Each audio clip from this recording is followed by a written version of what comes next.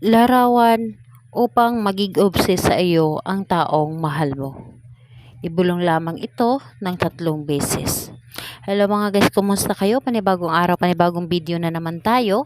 And sa araw na ito ay isa na namang video ang aking tuturo sa inyo na simpleng gabay o simpleng pamamaraan na makakatulong sa atin. At bago ang lahat, gusto ko lang mag-disclaimer sa mga taong hindi naniniwala at hindi gusto ang mga kagaya nitong video. Please skip this video and maghanap kayo ng videos na gustong gusto nyo, dahil ang video na ito ay para lamang ito sa mga taong naniniwala and gusto mag-try.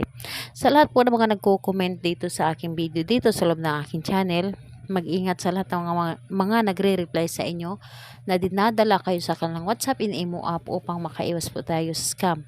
Ngayon po ituturo ko sa inyo paano ma-obsess ng husto sa inyo ang taong minamahal po ninyo. Ito ay simpleng pamamaraan, ngunit napaka-epektibo nitong gawin. Ito ay madalas kong ginagawa sa aking asawa upang lagi siyang obsessed sa akin at hindi ito makalayo-layo sa akin o hindi ito kakayanin na umalis ng bahay na mga ilang oras.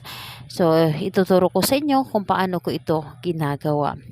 Ihanda mo lamang ang isang larawan tulad nito. Larawan po dapat ng inyong target. Larawan ng taong inyong gagawan, ng inyong boyfriend, girlfriend, o di kaya asawa. So, ito lamang ang inyong dapat na ihanda. Di bali ng ID size lamang or yung picture or larawan na ginagamit pang ID. Ang importante lamang dito is kanyang mukha. Ngayon po, kapag ready na, kailangan lamang dito na ihanda ang inyong sarili. Sa lagi ko pong sinasabi sa inyo na kapag gagawa tayo ng ritual, dapat po ay buo ang ating loob sa paggawa nito at wala po tayong dapat na iniisip at hindi tayo nagdududa para makapag-focus tayo sa dapat nating gawin. Ngayon po, kapag ready ka na, ay pwede mo na itong umpisahan. Ang gagawin mo lamang dito sa larawan niya, titigan mo lamang ito na may buong pagmamahal. Kumbaga, ipapasa mo ang pagmamahal mo sa kanya. Yung tipong i-imagine mo na para bang kaharap mo siya, nasa harapan mo siya at titigan mo siya sa mata. Titigan mo at sabihin mo dito ng 3 beses. Pangalan at apelyido niya, lagi kang ma-obsess sa akin. Pangalan, apelyido, lagi kang ma-obsess sa akin. 3 ulit mo yan na ulit-ulitin na pagkasambit.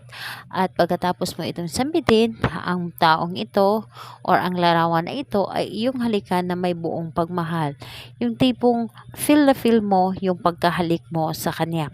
So, ayun po, kapag nahalikan mo na ito, ang larawan na ito, pwede mo siyang ilagay sa ilalim ng inyong unan o di kaya sa loob ng punda. So, dito po is madali lamang itong gawin at mabilis din itong umipikto basta nasa puso mo ang paggawa nito. And kung magtatanong ka kung kailan mo ito pwedeng gawin, mas maganda, i-recommend ko sa inyo, mas maganda na bago kayo matulog sa gabi, gawin ninyo ito. Lalo na kapag tahimik ang paligid. Dahil kapag tahimik ang paligid, mas mabilis tayong mapapakinggan ng ating universe. So, ayun po, sa kahit anong araw naman po at oras pwede mo itong gawin. Napakadali lamang itong gawin. So, ayun po, salamat po sa inyo. Bye-bye everyone. God bless us all.